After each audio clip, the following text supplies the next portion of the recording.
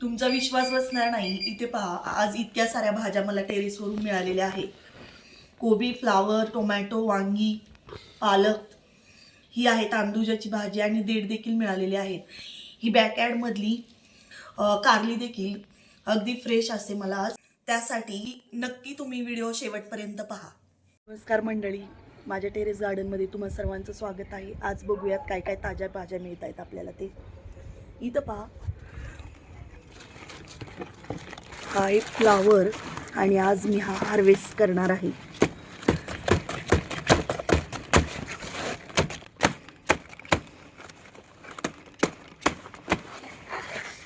चार महिन्यांपूर्वी हे फ्लावरचे रोप नर्सरीमधून आणून मी लावलेले होते.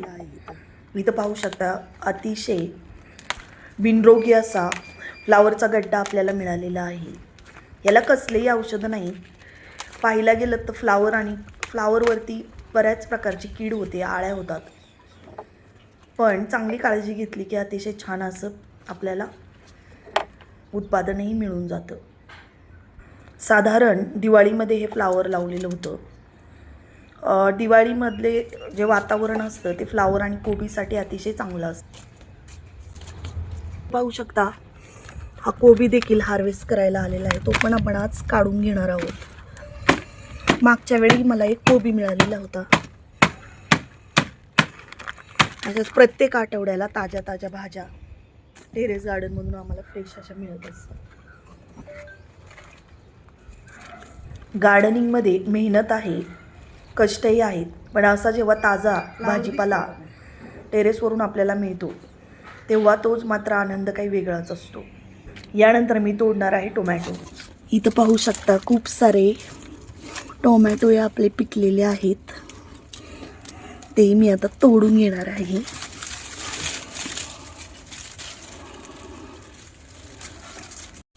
तुम्हाला माहिती आहे का, टेरेसवरती आल्यावर अगदी शेतात आलेल्याचा फील येतो.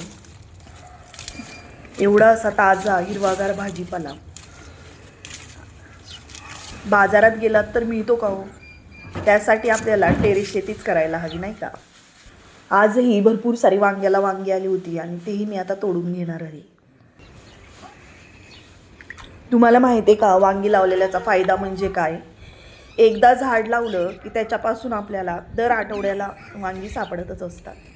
म्हणजे तुम्ही एकदा 2 ते 3 रोपं लावलीत तर अगदी सहजरित्या तुमच्या आठवड्याची भाजी निवांतपणे होऊ शकते. इतकी वांगी आपल्याला सापडतात. तर ॲटलिस्ट 2 ते 3 वांग्याची झाडं तरी लावा, असं मी तुम्हाला आज सजेशन देईन. अहो, कुंडीत पण 2 रोपं लावून बघा, अगदी सहजरित्या येते. इथे देखील काळजी घ्यायला आहे. वांगी तोडून झाल्यानंतर मागच्या वेळी मी पालक खुडलेला होता आणि इथं पाहू शकता पुन्हा एकदा त्याला नवीन अशी छान पानं आलेली आहेत.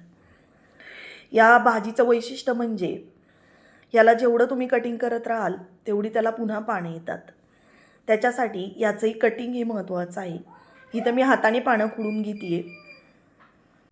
जसे हे मोठी पानं तुम्ही तोडाल तसे त्याचे नवीन नवीन पानं त्याला खालून येत असतात. इथे पहा, छानपैकी भज्यापुरता पालक मला मिळालेला आहे. आणखी दुसऱ्या ग्रो बॅगमध्येही थोडासा मी पालक लावलेला होता. तिथे देखील पानं आलेली आहेत, ते देखील मी आता खोडून घेणार आहे. घेवड्याच्या शेंगांना काही मला जास्त शेंगा सापडल्या नाही, पण याला भरपूर सारी फुलकडी आली. इथून पुढे मला नक्की सापडतील. इथे पहा, ही आहे रानभाजी, तांदूळाची भाजी. मागच्या वेळी मला वाटतं एका व्हिडिओमध्ये मी तुम्हाला बी वगैरे त्याचं कसं तयार होतं, देठाचं वगैरे दाखवलं होतं.